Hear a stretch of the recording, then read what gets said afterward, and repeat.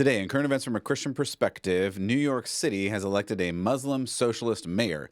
It should be obvious, but we will look at why having a Muslim Socialist mayor is bad for Christianity in general. We'll look at this and many more stories today. I'm Matt Odegaard, and this is Church Public.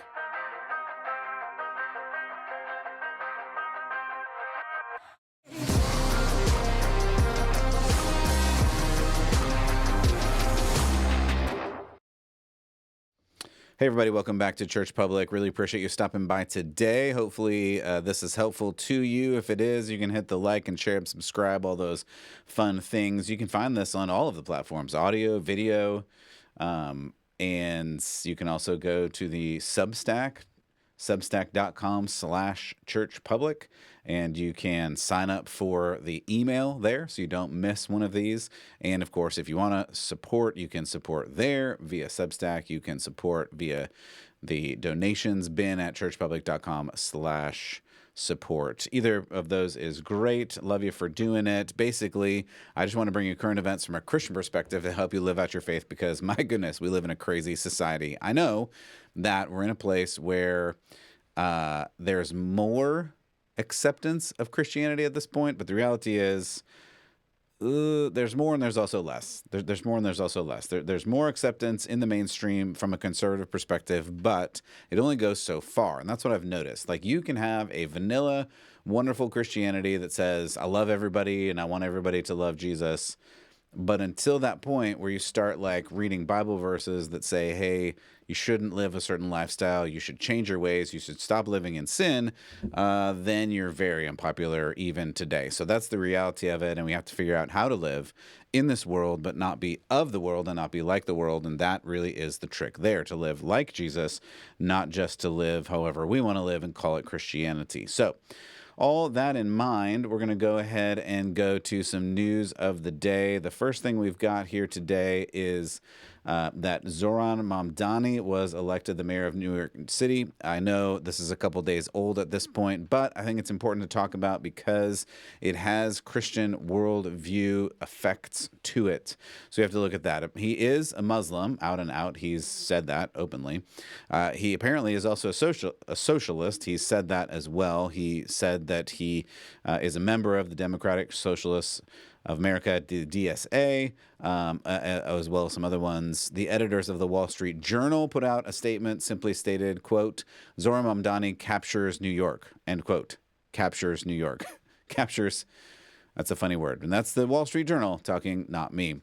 So again, he identifies as a Democratic Socialist, and he's a member of that DSA, Democratic Socialists of America. He's branded himself a Democratic Socialist for several years, maybe back to 2020, even before. He's been endorsed by New York City chapter of this DSA.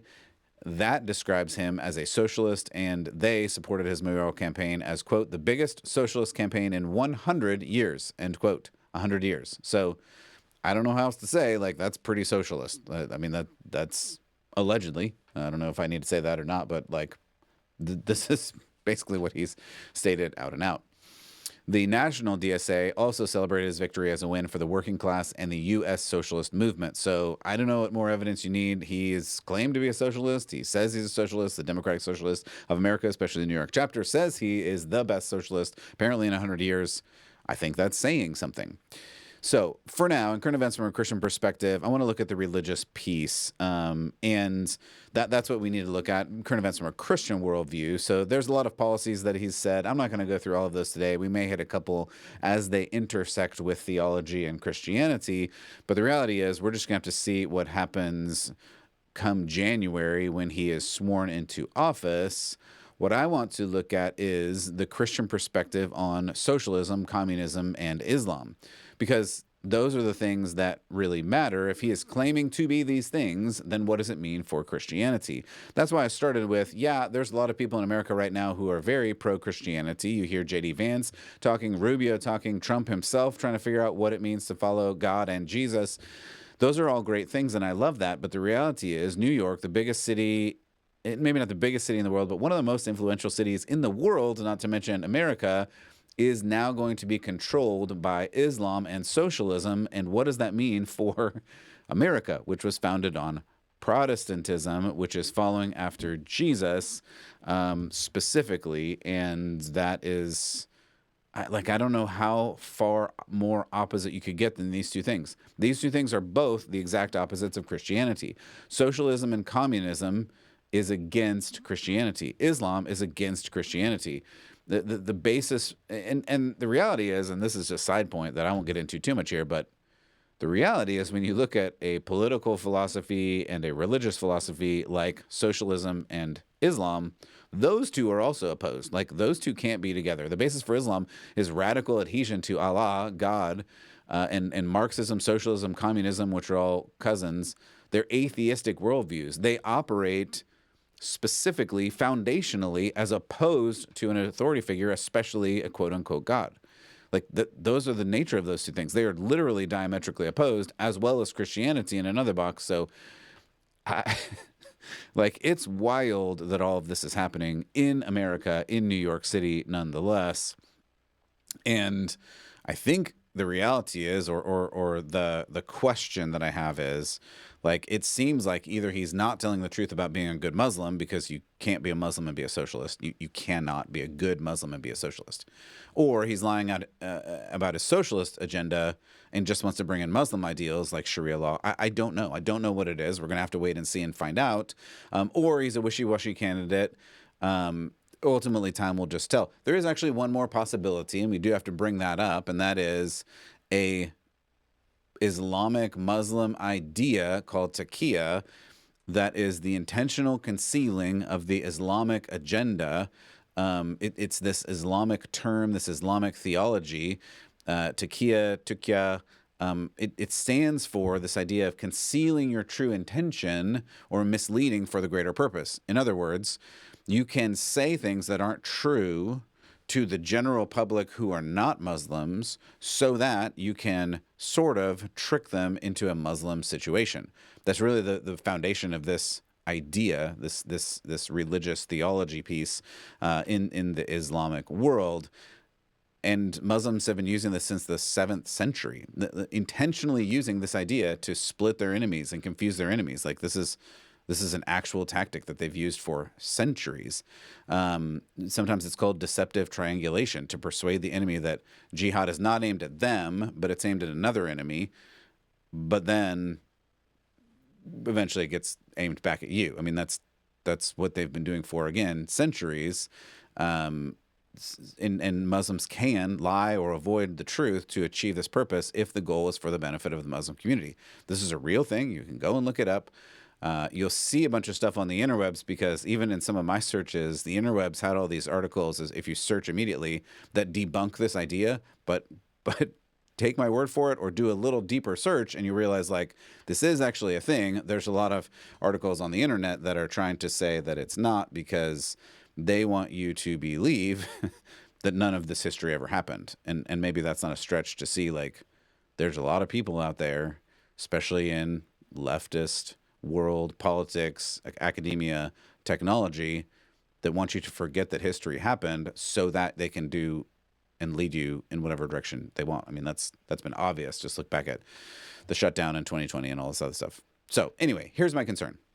He's a leader of a major city in America, and he is anti-Christian. And that's not too strong a term. You're like, oh, Matt, that's too much. No, if you're not for Christ, you're against Christ. I mean, that's the bottom line. And nobody likes to say that. That's why I started with, you could say Christianity is popular, this is a revival, everything's great.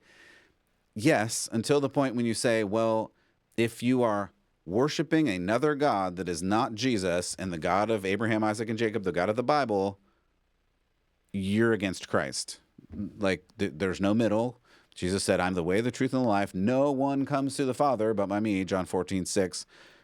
So that means if you're worshiping Allah or Muhammad, not with Christ. And if you're not with Christ, you're against Christ. So Islam is anti-Christian. Socialism is anti-Christian. All these things are anti-Christian. And I know we're afraid to say strong things like that, but we have to say true things. Now, we can have conversations with people who are searching for Jesus. I would have a different conversation with someone who is like, tell me more about Jesus. We'd have a conversation, and I wouldn't say, hey, you're an anti-Christian, we can't talk about this. No, that's not what I'm talking about. But if we're talking about political ideology and theology of someone who is leading a city, you can say, well, The ideals, the theologies, the philosophies that come with Islam are anti-Christian. The ideas and philosophies, and I would say even theologies of socialism, communism, Marxism are anti-Christian. So we have to call these things out, and we have to say, this is not good for America. It's not good for Protestantism. It's not good for Christianity. It's not good for Christians. And I would say it's not good for society because, again, the way, the truth, and the life is Jesus. So if we're doing something that's not the way, the truth, and the life, I would then end result being that's not good for your life or anyone's life. But we can have that discussion later. I've shown you videos of politicians, other members of government praying and proclaiming Jesus currently. And this is wonderful. Like I mentioned, Rubio and Hegseth and Vance, even Trump has been trying to figure out Jesus. There's a lot of people in the very top of the American government who are proclaiming Jesus. But now this, though it's not in the federal government, it is in a very prominent government in America, is the opposite. This man, Mamdani, and those who follow him will instead praise Allah, who is not God, or no God at all, which is socialism. Again, it seems like an oxymoron, but whatever. And all that to say, neither path recognizes the deity of Jesus. It's not neutral. It's anti-Christian. There are many on the right who are concerned with the socialist policies and ideas. I'm concerned too, because socialism has killed more people than anything pretty much ever. Hundreds of millions of people have been killed by socialism, communism, Marxism. Look that up. That's real facts and real stats. So I'm concerned with those. I don't think we should go that direction. But I'm more concerned with godly government because I think that's the thing that we need to pour into and really work with. Like, we can argue socialist and capitalist policies. I would love to argue Christian policies that are biblically based and then rooted in that live out into the reality. Sometimes that looks like capitalism. Sometimes it looks like free market. Sometimes it just looks like justice. But that's a problem. I think here's the bigger thing that we just really have to talk through too. It says something about the society when it's people elect a Muslim socialist as a mayor. So this is the problem. It's not just that he was elected; it's who elected him. So I've seen countless, and I didn't pull any right now. I just, you can go look them up if you want to, or you can take my word for it. It's up to you. Check my work if you don't believe it. But there were a bunch of people in New York, Maryland, California. I think I saw some Washington State people that were just in awe of Mamdani. And that's the thing we really need to look at more. It's the people. The people are electing people like this because they believe this is going to be the way. This is going to be the way of salvation. And that makes sense, of course, when you look at things like Romans 1, when it says they gave up the creator for the created and are rebelling because they don't believe in God. They don't believe in Jesus, so they're going to have to find something to save them. And so if it's not God, it's got to be government, because what else is powerful enough to save them? So they're putting all their eggs in the basket of this new leader with these new, quote-unquote, new socialist ideas, which are not new, by the way, and they're hoping that will save them. It's funny because they're like, well, they always say something like, just listen for these phrases. Well, this kind of socialism has never been tried. No, it really has all been tried. It's all been tried before. It's all failed before, because socialism can't work because it robs from one person to give to another person, and then there's no stuff and no persons, and that's really bad. Again, if you don't believe me, look back at the history of the USSR and Russia and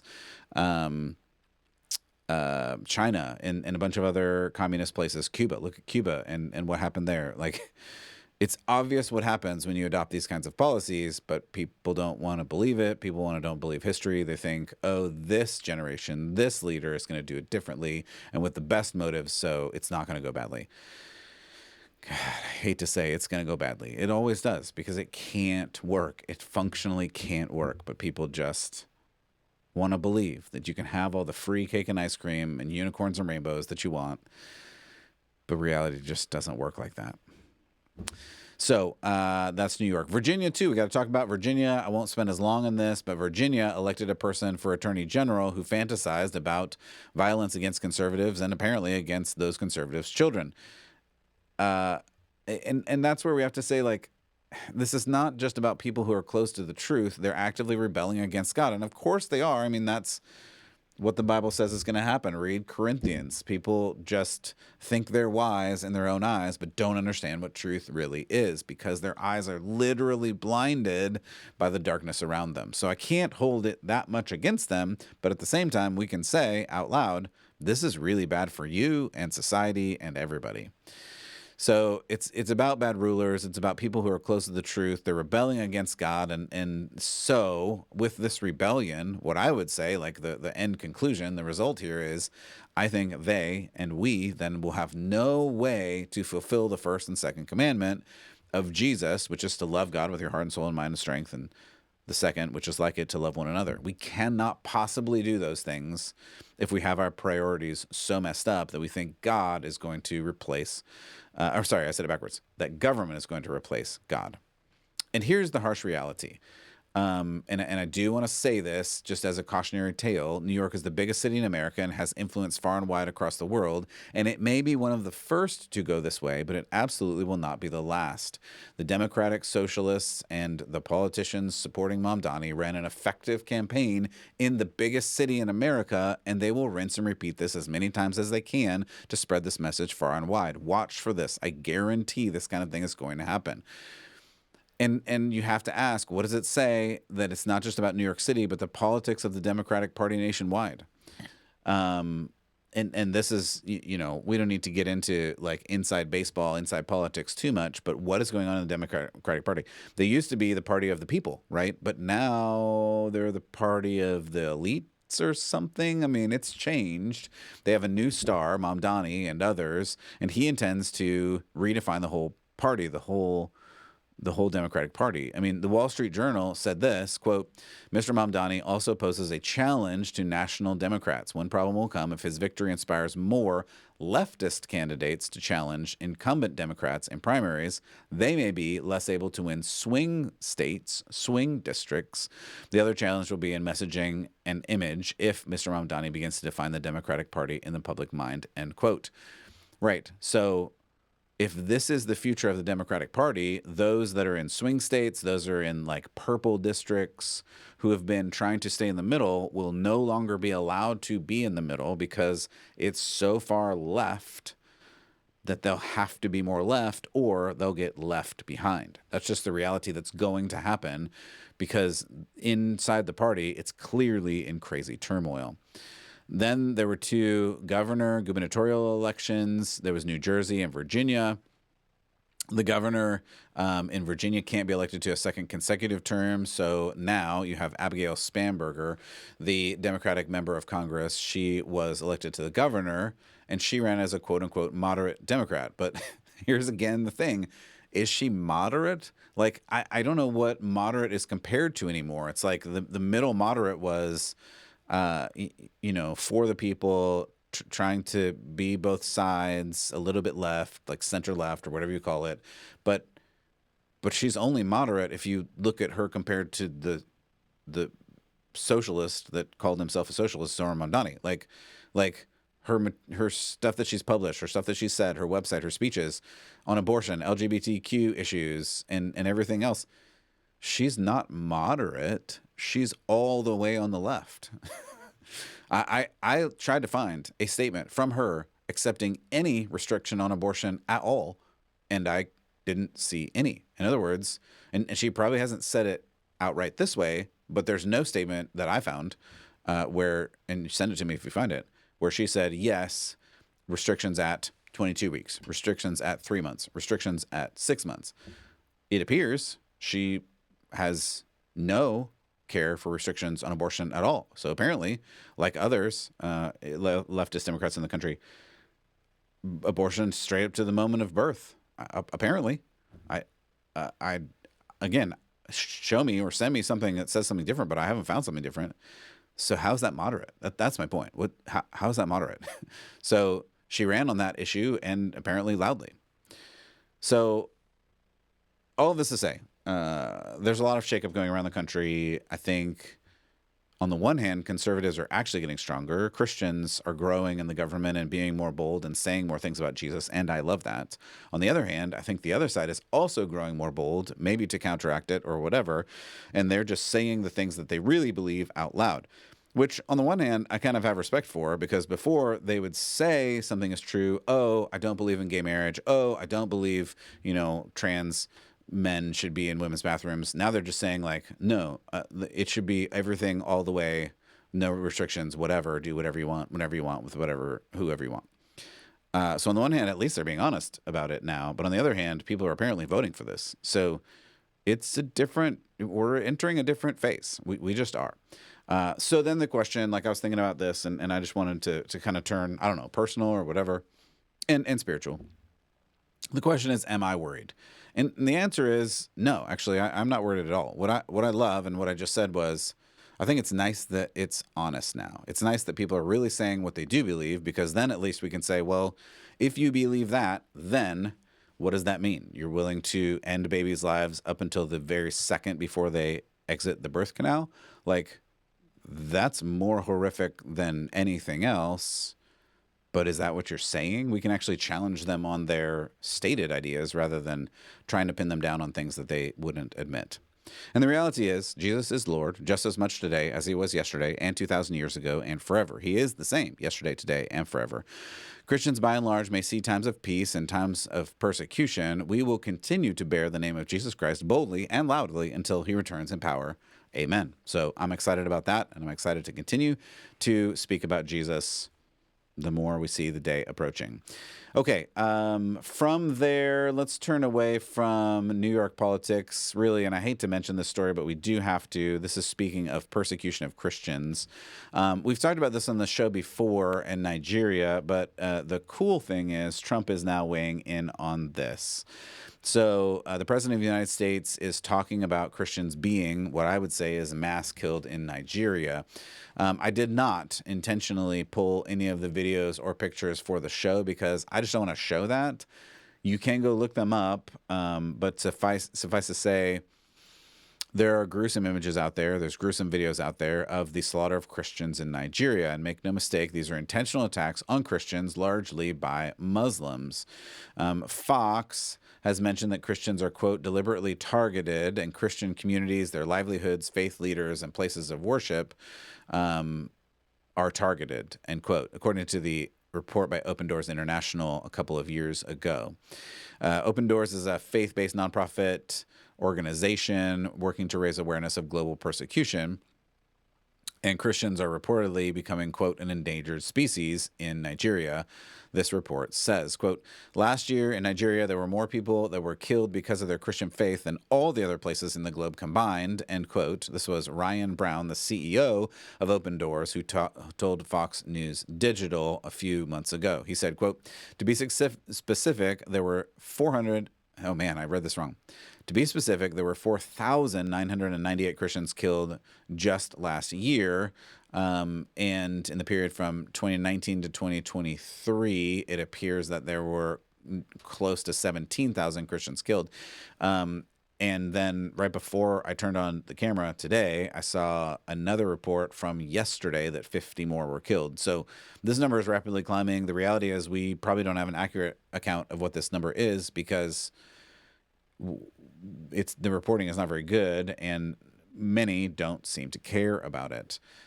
But we should care. We should care that Christians are being persecuted, and that goes back to the first story. This is the difference. If you have a Christian in leadership, they will help out other Christians at home and around the world, and this is good, and we want this. That's Trump with this statement, which I'll read in a second. If the leader is not a Christian, then issues like this become silent, like they largely did in the Biden administration, where all of this was happening to extreme ends, and nobody said or did anything in the government. So Trump says this a few days ago: if the Nigerian government continues to allow the killing of Christians, the U.S. will immediately stop all aid and assistance to Nigeria and may very well go into that now disgraced country guns a-blazing to completely wipe out the Islamic terrorists who are committing these horrible atrocities. I'm hereby instructing the Department of War, that's Pete Hegseth, to prepare for possible action. If we attack, it will be fast, vicious, and sweet, just like the terrorist thugs attack our cherished Christians. Warning, the Nigerian government better move. So that's the tweet that he put out, or maybe it was a truth that then went on to Twitter. But anyway, I know that may sound aggressive to you, but I love it. I love it because we have to say things. And I love that the leader of America and potentially the leader of the free world is saying, it's terrible that Christians are being killed and persecuted and by Islamic militants. And this is connected to the fact that Islam is a different kind of religion. If there are wonderful and nice Muslims, that's wonderful and nice. But that means they're going against their core tenets, because Islam is like literally the name is about submission. It's not about peace. And Christianity is about spreading the gospel through love. Those are diametrically opposed goals and process points, how the message is spread. And we need to remember that when we have nice, smiley people like Mamdani, who's like, no, I just want everybody to be happy and get free stuff. And I ask, is that all? Okay, let's do some quick headlines. These will be just some quick hits before you get back to whatever day you were having before all of this crazy information came at you.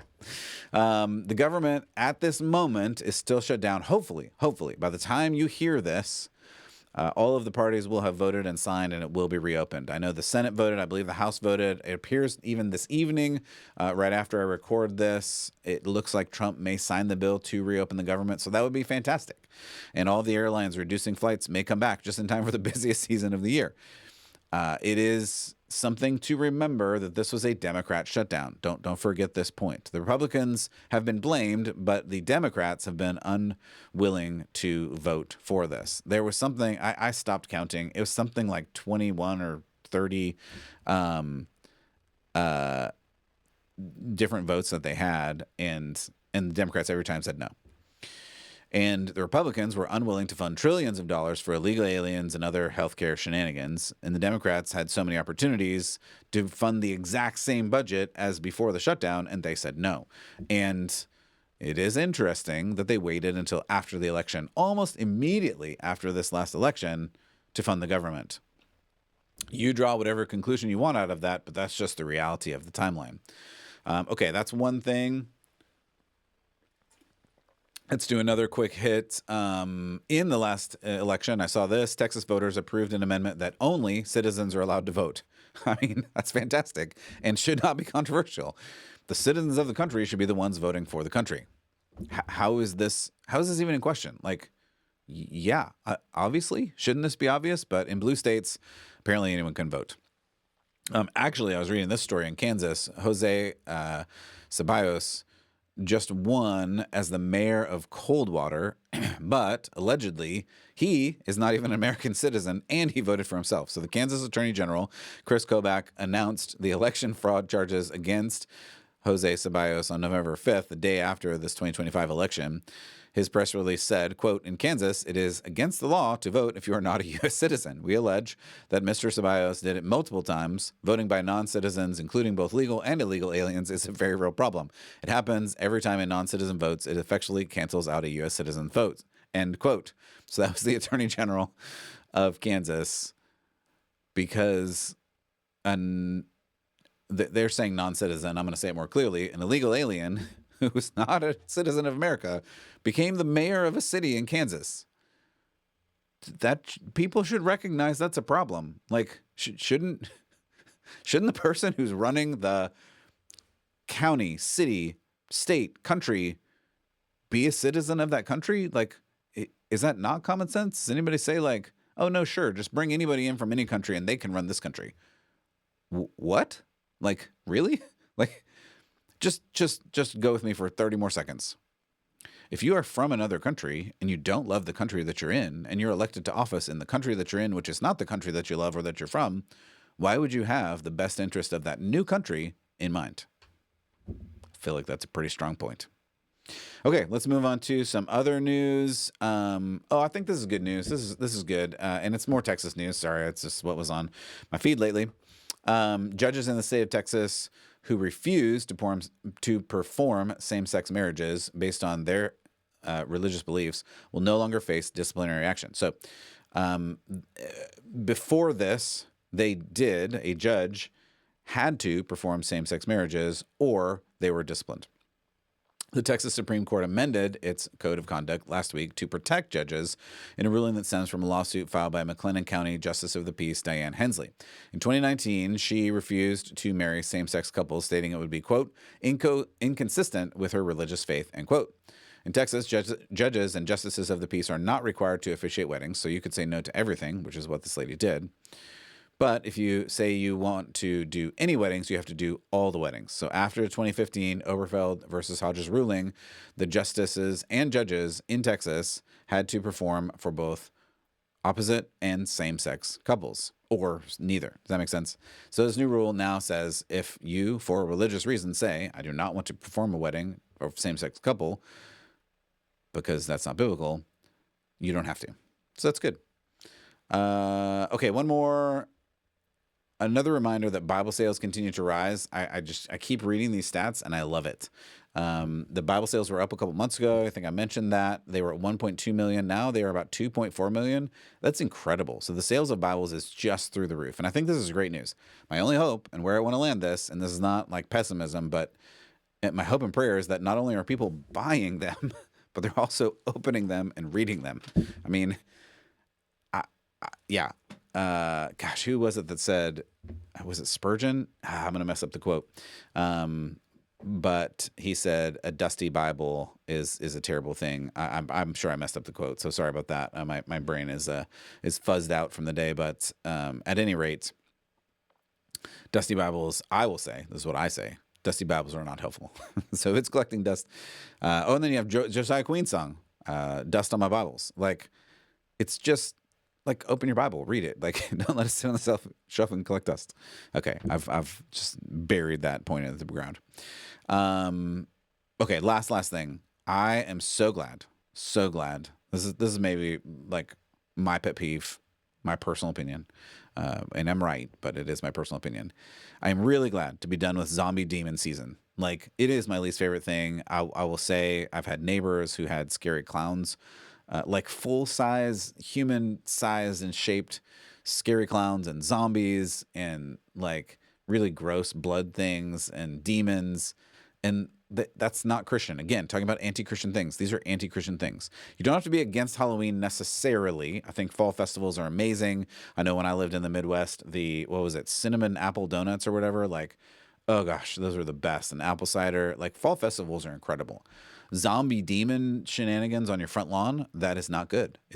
That's messing with the occult, and like, stop doing the shenanigans, especially, and I hate to say this, I'm not calling anybody directly out, but like, I know some people are claiming on their social medias they're such great Christians and they have the scripture plaques on their walls, and then they're putting zombie demons in their front yard. Those things are not the same. You cannot do both of those things. If you're following Jesus, stop putting the zombies in your front yards. Just put some pumpkins out there and a cornucopia or something. Like, put a bale of hay. I don't know. Like, do fall festival, love the fall, or do All Saints Day, or do All Hallows Eve or something. But like, this zombie shenanigans is over. Anyway, I'm really glad to be done with that. I am so excited to be moving on to Christmas.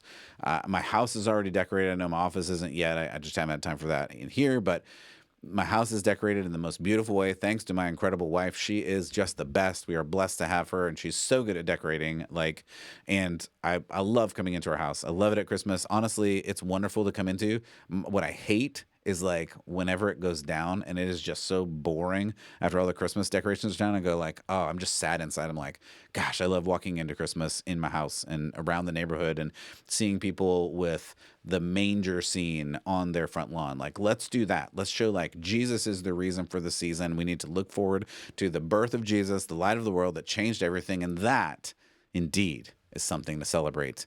That'll do it for me today. For Church Public, I'm Matt Odegaard. Keep the faith.